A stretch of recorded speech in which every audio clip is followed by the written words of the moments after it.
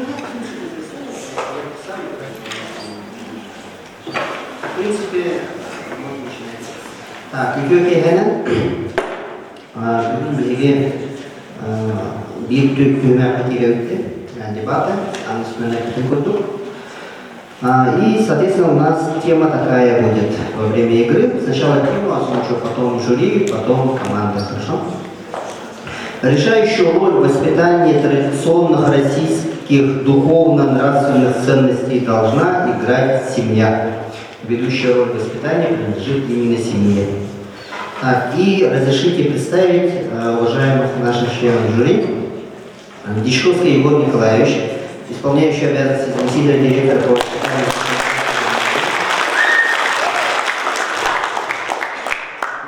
Сипсев Аралхан, президент гимназии.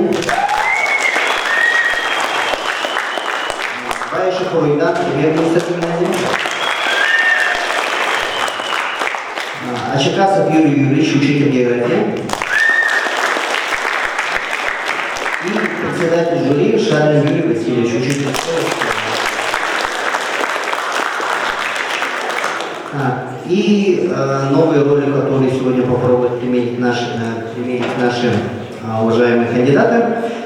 Слева от меня команда утверждения, справа от меня команда отрицания. В принципе, с дебатами мы все знакомы, просто чуточку мы их доработали, потому что получается таким образом, да? Уже который день идут у вас соревнования. Соревнования идут между партиями, но время объединяться как бы, да, поэтому мы решили, точнее я просто решил, что все-таки мы будем играть все за всех и каждый за себя.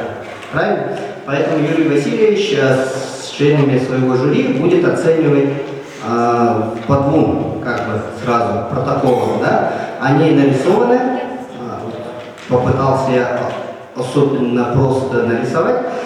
То есть каждый член партии будет выступать за себя и за свою партию одновременно. От 1 до 5 по пятибалльной шкале 5 членов жюри, соответственно, максимально один участник может набрать 25 баллов. Правильно? Правильно же, да? Вот, потом, а партия может, соответственно, тогда набрать 50. Правильно? Потому что у нас в каждой команде по 5 человек из разных партий, они против друг друга выступают, как бы, да?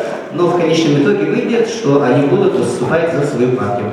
Соответственно, члены жюри у нас во время игры будут определять, кто как выступил, и в конечном итоге из 5 человек объявить надо будет лучшего спикера, кто в команде утверждения лучший, и кто в команде отрицания самый лучший, по наибольшему количеству набранных баллов.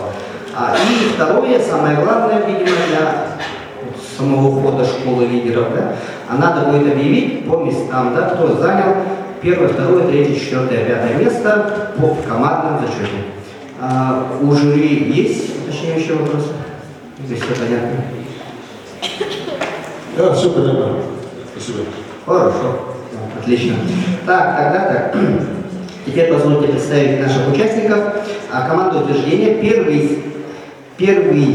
Первый спикер, потому что у нас мы увеличили, да, традиционная команда из 3 состоит, и, соответственно, у нас 2 первых, 2 вторых и 1 третий. Вот от меня. Раз, два и третий. Тут то же самое. Чтобы не повторились, хорошо? Так, и, соответственно, команда утверждения Лазарева Диана. Первый спикер.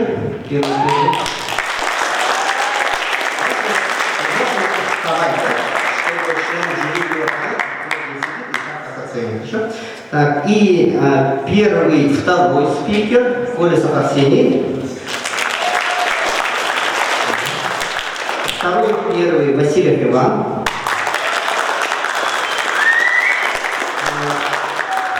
Второй Кычкина Ульяна. Так, и третий, завершать игру от команды утверждения, будет Петров Максим. Теперь команда отрицания. Первый Гуляева Виктория.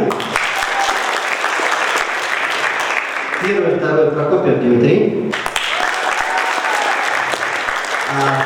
Первый Акаемов Даяна.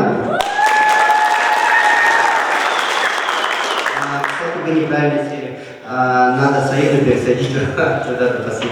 Потому что вот когда первый, я у нас насчет игры же, да, по ходу ее выступления вам же надо будет придумать ей вопросы по факту, чего она рассказала, что именно она рассказала. Поэтому вот первому и второму надо будет советоваться, да, а Саида будет как бы с вами вместе, да, ну как бы автономно тоже работает. Хорошо? Так, далее. Акоем Молдаян сказали, капитан Виолет, да? И Невдюрова Саина. Выйдет. Так, и разрешите чуточку времени занять на ознакомление с нашей темой, потому что тема, которая выбрана, она выбрана у нас, ну, видимо, в очень высоких каких-то верхах, а по одной простой причине, потому что soft skills, вот по игра же у нас есть, российская World Skills, дети, многие участвовали, наверное, да? Там есть такая компетенция коммуникативная. И как раз по этой коммуникативной компетенции руководство приняло вот эту тему, и поэтому мы эту тему приняли для нашей игры. Так, почему? Потому что 9 ноября 2022 года президент Российской Федерации подписал указ об утверждении основ государственной политики по сохранению и укреплению традиционных российских духовно-нравственных ценностей. Так, и, пожалуйста, послушайте, что там написано вкратце. Кому интересно, я могу переслать, можете подробно прочитать. Так, получается он таким образом. Пункт 12. В стратегии национальной безопасности Российской Федерации ситуация в России и в мире оценивается как требующая принятия неотложных мер по защите традиционных ценностей. Угрозу традиционным ценностям представляет деятельность экстремистских и террористических организаций, отдельных средств массовой информации и массовых коммуникаций, действия Соединенных Штатов Америки и других недружественных иностранных государств, как ряда транснациональных корпораций, иностранных некоммерческих организаций, а также деятельность некоторых организаций и лиц на территории России. Вот в этом контексте у нас участники и должны будут раскрыть игру. Кроме этого, я перечислю кратко, какие риски деструктивной идеологии влечет за собой следующие риски, если мы потеряем вот свои традиционные российские ценности.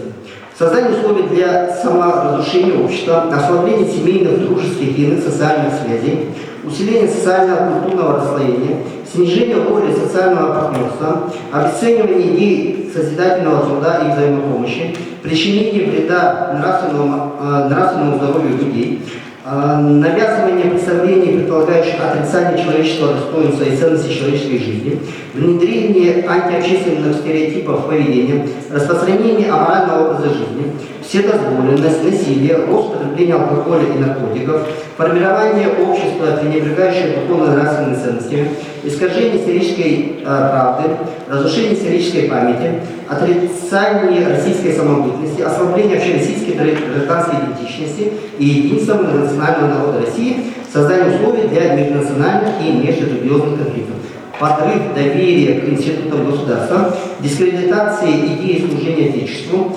формирование негативного отношения к воинской службе и государственной службе в целом. И, соответственно, получается, да, вот, тему участники получили неделю назад, Анна Семеновна говорила же, да, как раз неделя была на подготовку, и давайте начнем, приступим. У каждого выступающего и у каждого, кто будет спрашивать, будет по 6 минут. Лазер и Гера. Начинаем игру.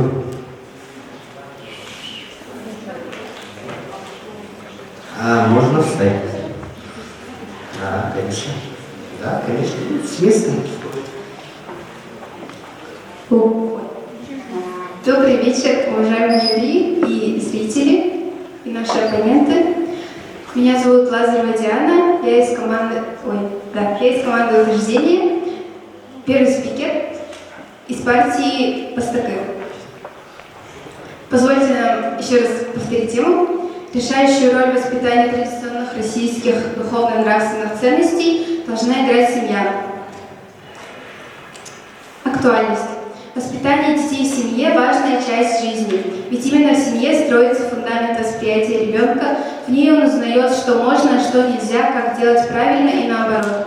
Родители учат детей общению и взаимоотношениям, которые будут необходимы для нормального нахождения в социальном обществе. Наши дефиниции. Воспитание – это процесс обучения, защиты и заботы о детях с целью их здорового развития во взрослой жизни. Семья – это основанная на браке или кровном родстве малая группа членов, которые связаны общностью быта, взаимной помощью, моральной и правовой ответственностью. Личность – это субъект социокультурной жизни, самораскрывающий свою индивидуальность в контексте социальных отношений, общения и предметной деятельности.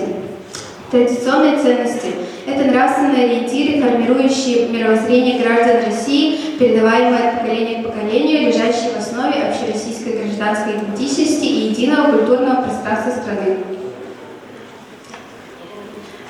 Наш первый аргумент. Родители и дети связаны ежедневным и частым общением друг с другом. Такие контакты способствуют развитию доверия, душевного единения, согласованности действий и стремлений к жизни. В основе отношений лежат чувства родительской любви и заботы, чувство материнства и отцовства и кровной привязанности детей к родителям. Аргумент второй. Пунктом 1 статьи 85 Кодекса предусмотрено, что родители обязаны содержать своих несовершеннолетних детей, а также нетрудоспособных совершеннолетних детей, нуждающихся в помощи. Это значит, что до совершеннолетия ребенок должен жить с родителями или опекунами, поэтому они влияют на мировоззрение ребенка. И аргумент 3. Никто не сможет отрицать особую связь между родителями и детьми, которая образуется после их рождения и существует всю жизнь. Сначала эта связь строится на том, что семья живет вместе, дальше она развивается и укрепляется, когда в нее вплетаются доверие, дружба и любовь. Спасибо за внимание.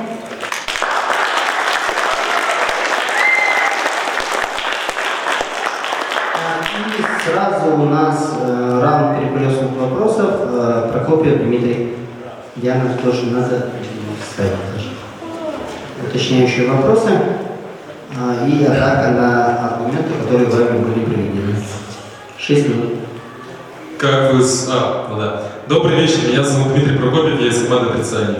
В нашей команде отрицания появилось несколько вопросов к утверждению.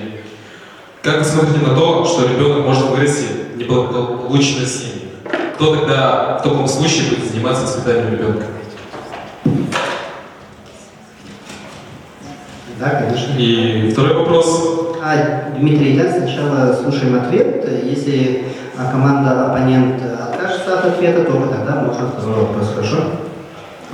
В случае того, что если у ребенка родители безработные или алкоголики и тому подобное, которые не смогут хорошо содержать свое дитя, в таком случае опекунство приходит бабушке или дедушке или ближайшим родственникам. Благодарю за ответ. Второй вопрос. Даже в полноценных семьях могут вырасти маргиналы и преступники. Как вы на это смотрите? Безусловно, есть такие случаи, когда ребенок, выросший в полноценной хорошей семье, вырос с какими-то отклонениями, возможно, маниакальными и так далее. Но это скорее, как сказать, это выходит, нет, это единичные случаи, которые, ну, в общем, это очень редко, и это просто случайность. Благодарю за ответ. У меня все. Осталось 4 минуты. Спасибо. Уточнение такое, да, членов жюри. Если выступающий не использует общее количество времени, да, если выступающий нарушает какой-то либо регламент, можно снижать баллы за общее выступление. Поэтому, пожалуйста, для участников игры стараемся придерживаться регламента. Хорошо? Так, Вика. Здравствуйте, я первый спикер, представитель партии ЧГУ. Меня зовут Гуляева Вика, и я представляю команду отрицания. Тезис: семья не играет решающую роль в воспитании традиционных российских духовно-нравственных ценностей.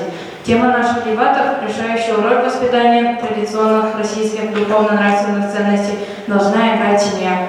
Мы принимаем понятие команды утверждения, но хотим добавить наши следующие понятия. Школа – это учебное заведение для получения общего образования. Девиантное поведение – устойчивое поведение личности, отклоняющееся от общепринятых, наиболее распространенных и устоявшихся общественных норм. Теперь я хочу внести наши аргументы. Аргумент первый. Взрослые, не обладающие чувством гражданского достоинства, не могут развить его у детей. Аргумент второй. Родители не могут противостоять асоциальной ситуации в обществе. Спасибо за внимание. Идем на рекорд. Хорошо, так, за минуту справилась, да? За полторы. Так, хорошо. Соответственно, тогда получается таким образом. Приступаем сразу к раунду перекрестных вопросов. И вопросы задает у нас Арсений. Правильно? 6 минут. Здравствуйте.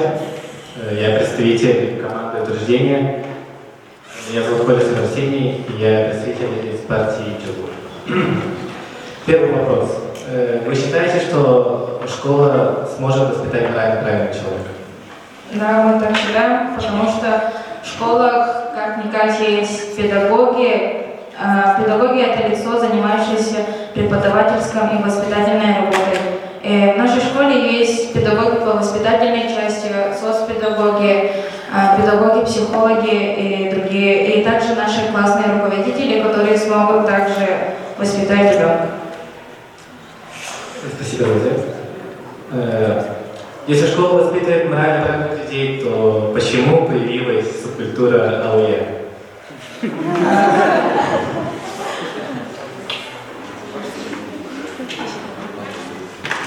АОЕ в данное время не так уж и в школах актуально, потому что если брать тот период, когда АОЕ была актуальна, то после этого школа начала больше внимания ложить ученикам и больше их следить за ними. Спасибо за ответ. Если родители не способны воспитать ребенка правильно, то почему его не возьмет те же родственники, бабушки, дедушки или другие родственники? По Конституции органы опеки, когда ребенок лишается родителей, они берут его до того времени, когда этот вопрос не решится. Его сразу не оформляют опекунство. Получается, есть какое-то время до этого момента. И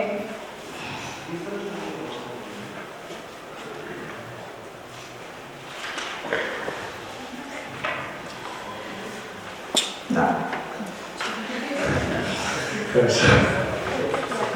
Если родители не могут следить за, как вы говорили, социальными ситуациями, то какие социальные институты это смогут сделать, если только не родители? Работа с несовершеннолетними по профилактике асоциального поведения осуществляет образовательные учреждения, подразделения органов внутренних дел, органы опеки и попечительства, комиссия по делам несовершеннолетних и так далее. Вот, они могут. Хорошо, спасибо за ответ. Еще 3 минуты есть, можешь задать еще несколько вопросов. Напомню, да, игрокам, да, вообще-то я когда тренировка была, на этом акцента не делал, да, но у нас спорт на самом деле не сводится к тому, какой социальный институт важнее, да. У нас спорт на самом деле гораздо глубже, да. Почему? Потому что вот это, я информацию вам слал группу, да, насчет российских традиционных национальных ценностей. Я сейчас вот для всех находящихся прочитал же, да, что нам угрожает, кто нам угрожает и, соответственно, кто нас должен от этого всего спасать. Почему-то вот, насчет наших традиционных национальных российских ценностей никто пока никого не спросил и не рассказал об этом, к сожалению.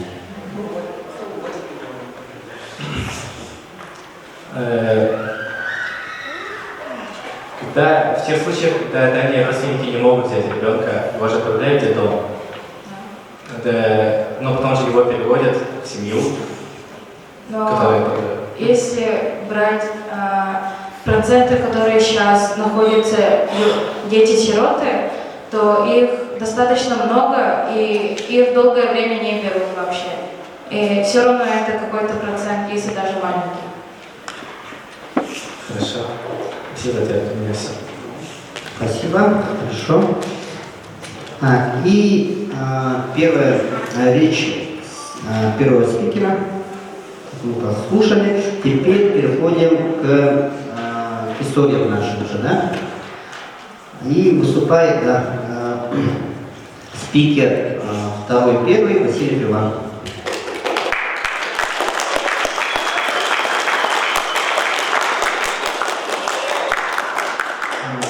Здравствуйте, уважаемые судьи и оппоненты, Питер и все присутствующие в зале. Я второй спикер команды учреждения.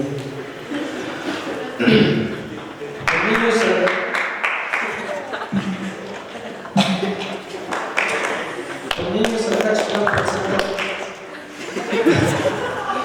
респондентов в воспитании ребенка прежде всего должны участвовать оба родителя. При этом мужчины чаще, чем женщины, говорят о том, что мать и отец должны делать в ровной степени. По оценкам еще 12% опрошенных, кроме родителей, в воспитании должны участвовать бабушка и дедушка. В подтверждение нашего аргумента я хочу привести в пример Халиба Нурмагомедова, непобежденного российского бойца смешанных боевых искусств, выступающего под эгидой UFC. С детства тренируется под руководством своего отца. Благодаря стараниям своего отца он стал чемпионом UFC. И после смерти его отца он завершил свою карьеру. Исходя из этого, мы доказали то, что в становлении личности ребенка в его воспитании участвует семья. На этом все.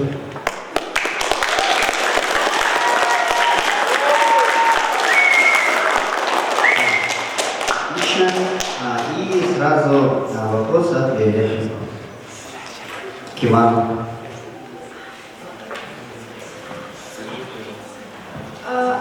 Тоже можно встать. Да. Здравствуйте, я Каптанова Виолетта из партии «Садбир».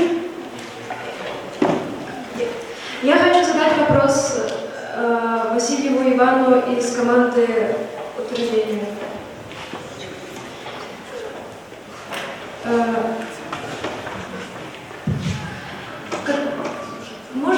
Можете ли вы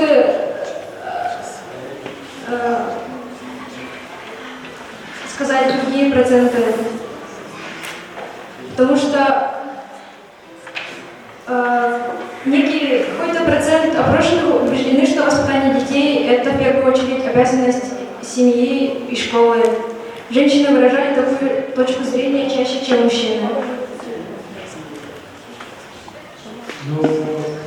Думаю, что тут проценты 44 и 12% это, думаю, больше, чем ваш процент, который вы сказали. Источник педсовет.ру. Хорошо, благодарю за ответ.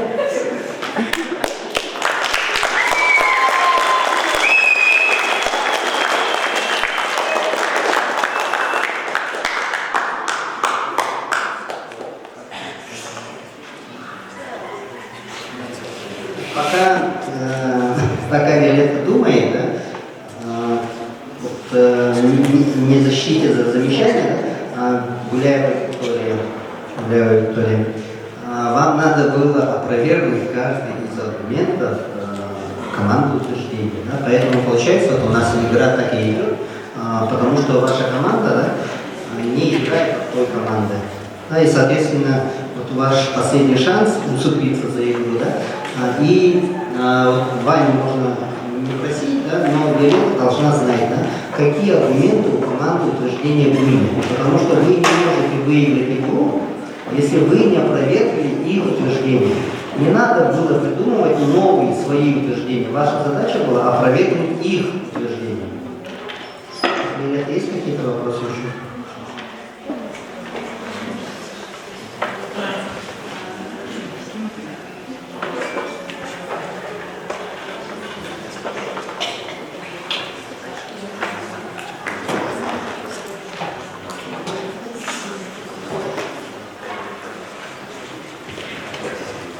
Две минуты осталось.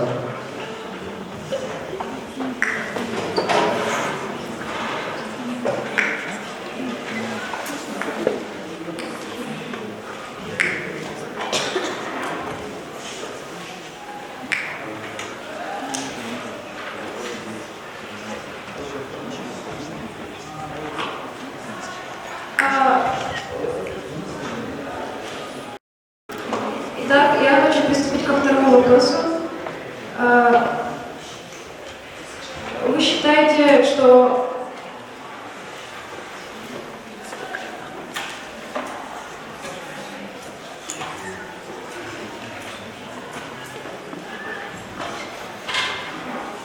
У них утверждение довольно простое, да? Именно семья должна воспитать человека человеком. Все. Главное утверждение у них такое было. А аргументацию они свои подобрали же, да? Правильно? вы считаете, что человека могут воспитать никто, кроме семьи?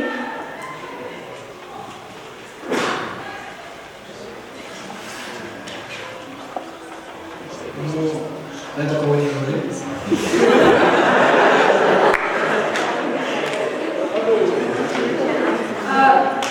Ваша команда об этом говорила.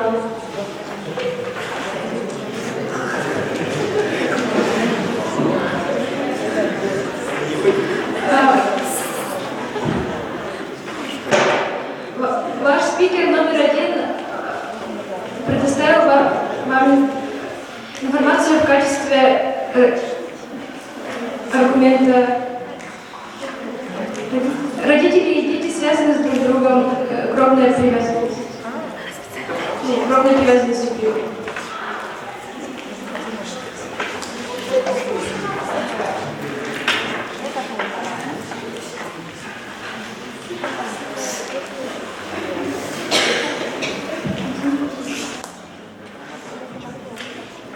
В первую очередь,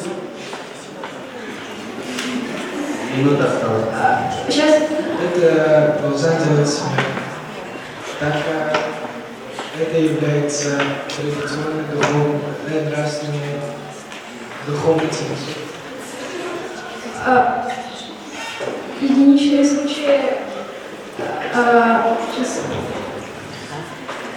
Ваш спикер номер один 30 секунд. отметил то, что единичные случаи это ошибка. Поэтому я считаю то, что единичные случаи это не оправдание. Что вы скажете?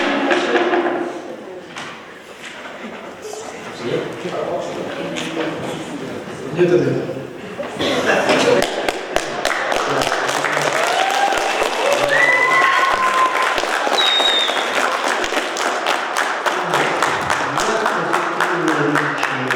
Спикера второго приглашается Гаюма Удаяна.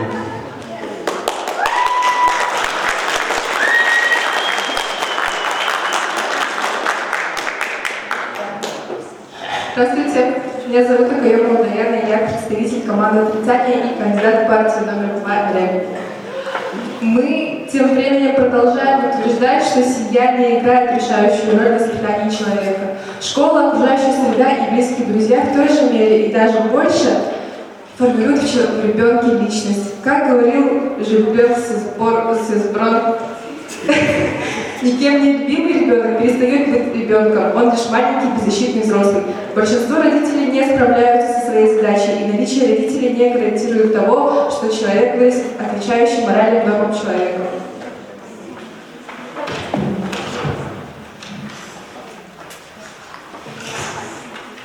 По статье миллиона семей являются неполными, и более половины родителей периодически отклоняются от уплаты алиментов, а каждый третий не платит их вообще.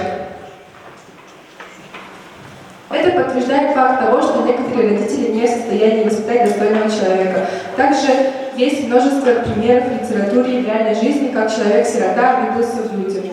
Например, Юрий Шатунов, известный как солист группы «Ласковый май». Его родители умерли, когда ему было 3 года. Мальчика воспитывали бабушка и дедушка, а когда мама вышла замуж повторно, забрала ребенка к себе. Он бродяжничал и прогуливал школу. К счастью, Юрия за него вступилась директор детского дома. Женщина забрала мальчика к себе в учреждение, где он познакомился со своими будущими коллегами. На этом примере из жизни мы закрепляем верность нашего утверждения.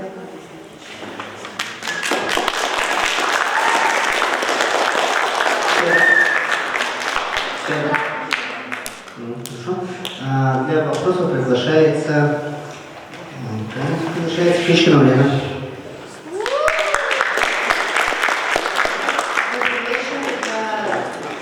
Кочкина Лена из команды утверждения и из партии Сардык. Откуда вы взяли цифры 6,2 миллиона? То, что 6,2 миллиона человек не точно и не полные. Это статистика за 2021 год, которая выставлена в интернете. Благодарю. И еще вы привели пример из Реальной жизни. из реальной жизни. И его забрала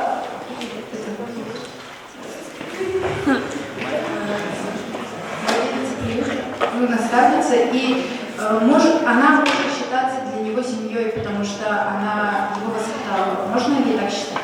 Вы так считаете?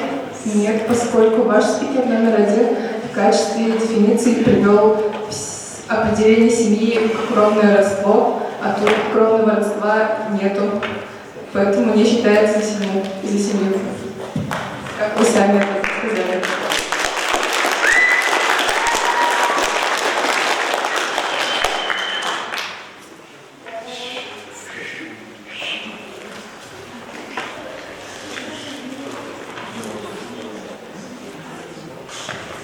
Когда вы вопросы задаете, да вы вопросы задаете не отдельно этому игроку команды, а всей команде. Поэтому вы можете задавать вопросы применительно ко всем выступавшим и вообще ко всем их доказательствам.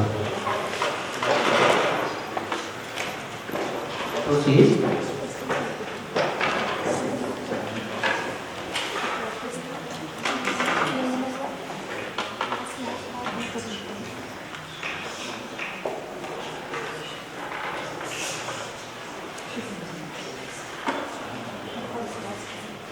Уточнение для участников, зрителей, да, и для жюри, тему команды не выбирали, и какую сторону защищать будут, они тоже не выбирали. Да? И в принципе, когда дискуссия идет, мы не засчитываем, кто более прав. Да? На ваши оценки не должны влиять, какой позиции вы придерживаетесь больше. Да? Они просто, вы оцениваете просто ораторское мастерство каждого из участников. У Ульяны есть вопросы?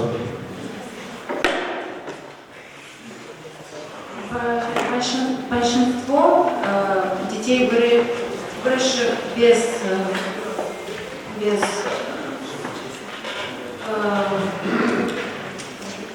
семьи, они становились либо, простите за...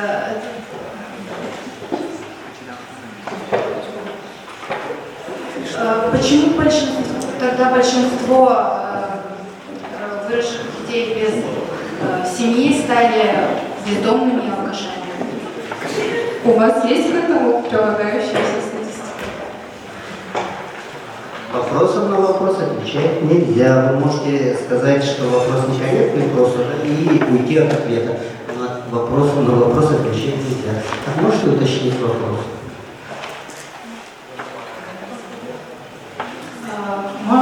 Почему большинство... Детей без семьи. Почему большинство детей без семьи выросли неблагополучными выросли бомжами? Просто они с отклоняющимся поведением, да, то есть они не смогли окончательно социализироваться в нашем обществе. Давайте так спросим, хорошо? Ответ. Почему они не смогли успешно социализироваться? Точнее так.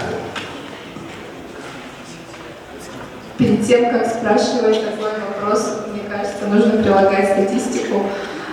И это не больше, чем стереотип. Потому что среди детей из благополучных семей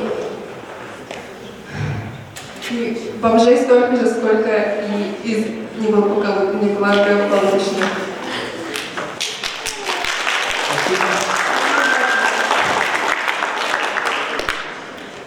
И для завершающих аргументов и защиты с позиции своей команды приглашается спикер номер 3 Петров Максим.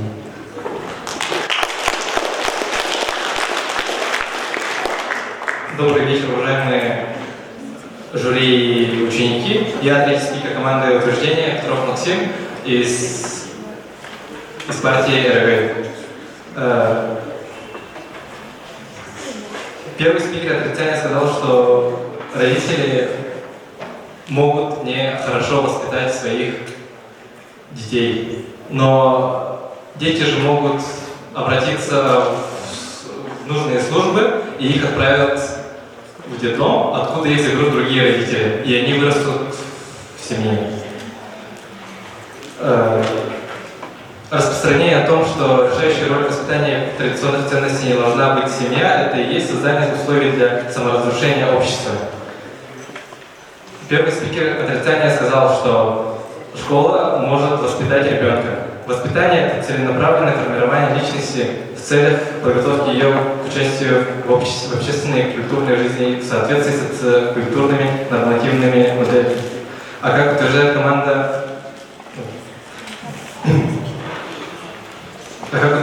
отрицания, они взяли школу, с этими я в корне не согласен, так как образование – это целенаправленная познавательная деятельность людей по получению знаний и умений, то есть синонимами понятия воспитания и образования не являются. Безусловно, школа несет ответственность не только за то, какие знания они получают по математике, по физике, по химии. Учителя не могут игнорировать социальное поведение детей и сосредотачиваться только на преподаваемом предмете, но именно в семье закладывается нравственное воспитание будущего взрослого человека.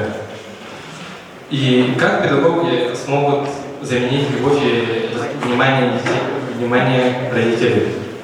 Школа уже начинается еще с 7 лет, а что детям делать до этого времени? Кто их будет воспитывать? Конечно же, семья. В пользу своей команды утверждения, спикер первой команды утверждения сказал, что в соответствии с законом родители обязаны воспитывать ребенка до его совершеннолетия. Ну, хотя бы жить с ним. Они часто контактируют друг с другом и общаются. Другие социальные институты не смогут заменить чувство родительской любви. Второй спикер утверждения, Васильев Иван, рассказал пример про Хабиба Нурмагомедова. Хабиб начал заниматься боксом из-за отца и его собственного желания. А после смерти отца он закончил свою карьеру. Это также связано с отцовской связью между сыном и отцом.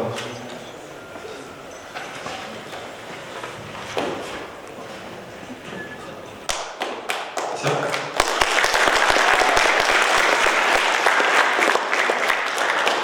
И поэтому мы продолжаем утверждать, что главную роль воспитания человека должна иметь семья. Хорошо. И для завершения игры и подтверждения позиции своей команды приглашается спикер номер 3, команда отрицания Евгения Васильевна. Здравствуйте, я третий спикер команды отрицания Гневросы из партии РГ. Вот третий спикер команды утверждения упомянул, что наш первый спикер сказал про школу, но на самом деле мы упоминали именно педагогов, а не всю школу в целом.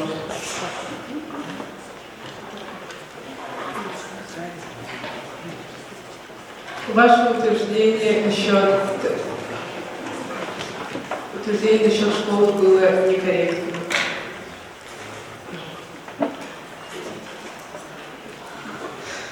Точка столкновения была у второго спикера и человека, который задавал нам из нашей команды вопрос про единичный случай среди полных семей, среди появления преступников в полных семьях. Второй спикер не смог дать вопрос, не смог дать ответ на этот вопрос.